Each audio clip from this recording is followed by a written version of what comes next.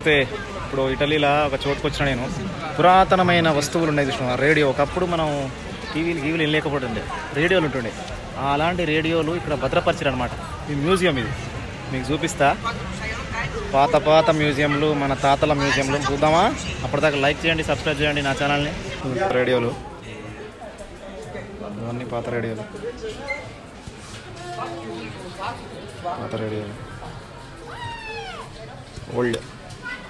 Old is gold. అది చూసిరా అప్పట్లో అని ఉంటుండేగా, అది క్రేజీగా ఉంది కదా. చూడండి, అప్పట్లో మా తాతలు పెట్టుకొని కుయ్యి అంటుండే, మరి పాట పెట్టు అని. ఇది ఎప్పటిది? 1938 అట, 1950ది. చూర్రి సిప్రాగో తిన్నాను తొక్కార. చూర్రి రేడియోలు ఇట్లా రేడియోలు ఉన్నాయి.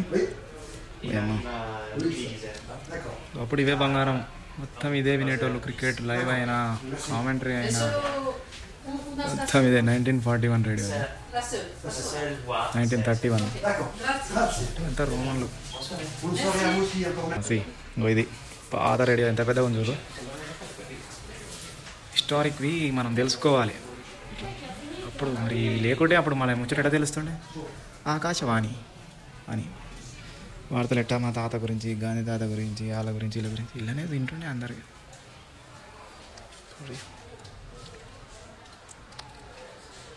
మ్యూజియం మీద ఎంత పెద్దగా ఉంది. ఏముందిడా సౌరి, ఇలాంటి ఇన్ఫర్మేషన్ మన కాడ గట్టిగా ఉంటాయి. మీద ఎంత పెద్దగా ఉంది.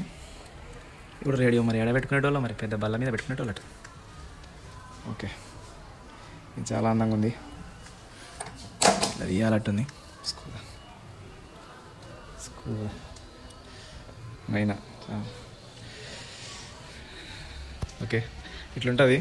ఇది మ్యూజియంలో అనమాట. మ్యూజియం కూడా ఇట్లా ఇటలీ వాళ్ళు ఇట్లా మాన్యుమెంట్స్ ఇంకా దాచిపెట్టుకుంటారు. చాలా ఇంట్రెస్టింగ్ ఫ్యాక్ట్ కదా. సో చూడండి, పాత వస్తువులను కూడా ఇట్లా దాచిపెట్టుకొని భద్రపరిచారంటే. మళ్ళీ ఇంకోటి, ఇదిలా ఎంట్రీ ఫ్రీ తెలుసా? అంటే అందరు తెలుసుకోవాలన్న విషయం ఏదో ప్రయత్నం చేసిన. సో ఇది పరిస్థితి. చూడండి రేడియోలో. నా ఛానల్ని లైక్ చేయండి. ఇలాంటి కంటెంట్ చాలా ఇస్తాను నేను, ఇంకా వేరే చూపిస్తాను నేను. నా ఛానల్ లైక్ చేయండి, సబ్స్క్రైబ్ చేయండి. అప్పటిదాకా మీ తెలుగుడు సైనింగ్ ఆఫ్.